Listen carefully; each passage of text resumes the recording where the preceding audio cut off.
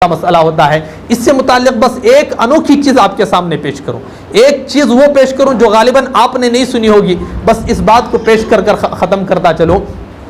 عام طور پر لوگوں کا مزاج یہ ہے کہ جب آدمی کمائی کے لیے جاتا ہے، بس کماتے ہوئے آدمی جتنی کمانا ہے کما کر چھوڑ دیتا ہے، لیکن آدمی کا تصور یہ نہیں ہوتا کہ قرآن میں اللہ نے کیا کہا ہے۔ قرآن کریم کے اندر جب زکوٰۃ کا تذکرہ آتا ہے، نماز اور زکوٰۃ ایک مقام پر اللہ رب العزت نے 80 پر 2 مرتبہ تذکرہ کیا ہے۔ نماز کا اور زکوٰۃ کا ملا کر اللہ رب العزت نے 80 پر 2 مرتبہ اللہ رب العزت نے تذکرہ کیا اور بتا دیا کہ نماز کس پر پڑھنا ہے، کون آدمی نماز پڑھنے کا مستحق ہے۔ نماز پڑھنے کا مستحق وہ آدمی ہے جو بالغ ہو چکا ہو۔ جو بھی آدمی بالغ ہو جاتا ہے تو اس آدمی پر نماز پڑھنا فرض ہو جاتا ہے۔ عین اسی طریقے سے جب نماز کے ساتھ اللہ نے زکوٰۃ کا تذکرہ کیا ہے، یعنی نماز پڑھو اور زکوٰۃ ادا کرو، جہاں جہاں اللہ رب العزت نے مومنین کا جہاں تذکرہ کیا، پارہ نمبر 18 سورہ مومنون پہلا صفحہ اٹھاؤ، اس کے اندر پہلی جو آیت ہے قد افلح المؤمنون، مومن کامیاب ہو گئے۔ اب مومن کون ہے؟ 7 نشانیاں اللہ رب العزت نے بتائیں مومنون کی۔ صحیح مومن کون ہے؟ اس کے 7 نشانیاں بتائیں۔ ان 7 نشانیوں میں سے جو تیسری نشانی اللہ رب العزت نے بتائی، زکوٰۃ ادا کرنے والا۔ پھر آپ دیکھو پہلا پارہ اٹھاؤ، پہلے پارے کے اندر اللہ رب العزت نے جو پہلا صفحہ ہے الف لام میم ذالک الکتاب لا ریب فیہ، اس کی جو تیسری آیت ہے، اس تیسری آیت کے اندر آپ اٹھاؤ، وہاں پر اللہ رب العزت نے جو متقین کا تذکرہ کیا، تقوی والے لوگ کون ہیں، اس کے اندر اللہ رب العزت نے جہاں پر تیسری نشانی اللہ رب العزت نے بتائی، وہ نشانی بھی اللہ کے راستے میں خرچ کرنے والے کی بتائی ہے۔ اور اسی طریقے سے جہاں پر سورہ مریم میں اللہ رب العزت نے آیت نمبر 50 پر 5 کے اندر جب اللہ رب العزت نے محسنین کا تذکرہ کیا، تو وہاں پر بھی اللہ رب العزت نے اللہ کے راستے میں خرچ کرنے والوں کا تذکرہ کیا۔ اس کا مطلب کیا ہے؟ کیوں یہ خرچ کرنے کا تذکرہ آ رہا ہے، زکوٰۃ خرچ کرنے کا تذکرہ آ رہا ہے؟ یہاں پر ہمارے لوگوں کا ذہن نہیں جاتا، اس لیے میں خصوصیت کے ساتھ اس کو بتا رہا ہوں۔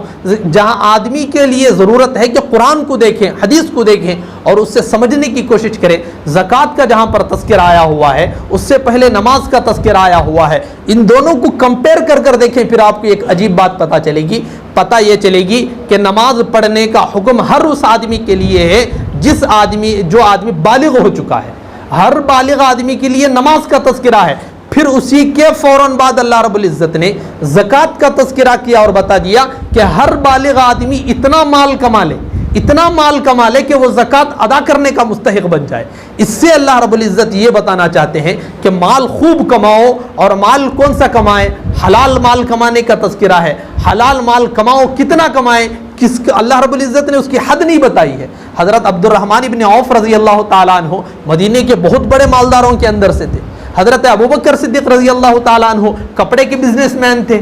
حضرت امام ابو حنیفہ رحمۃ اللہ علیہ، جس کو ہم حنفی کہتے ہیں، امام ابو حنیفہ رحمۃ اللہ علیہ وہ خود کپڑے کی کمپنی چلایا کرتے تھے۔ ان کے ذریعے سے ہمیں پتہ چلتا ہے کہ مال کوئی بری چیز نہیں ہے، حلال مال کو کمانے کی ضرورت ہے، اور حلال مال کمانے کے بعد اچھے راستے کے اندر خرچ کریں۔ محلے کے اندر جو بیوہ عورتیں ہیں ان بیوہ عورتوں کو دیں، جو غریب عورتیں ہیں ان کو دیں۔ عام طور پر اس وقت عام طور پر ایک رواج ہو چکا ہے کہ کچھ لوگ ہیں جو ڈھونگ کرتے ہوئے راستوں پر، کچھ لوگ لنگڑے بن کر، مکے بن کر، کچھ لوگ ڈھونگ کرتے ہوئے مانگنے کے لیے آ جاتے ہیں۔ ان کو زکوٰۃ نہ دے جہاں تک معلوم نہ ہو کہ یہ صحیح میں لنگڑا ہے، صحیح میں معذور ہے، ان لوگوں کو زکوٰۃ دینے کی ضرورت نہیں ہے، بلکہ زکوٰۃ کے سب سے پہلا اگر کوئی مستحق ہے تو ہمارا اپنا خاندان ہے۔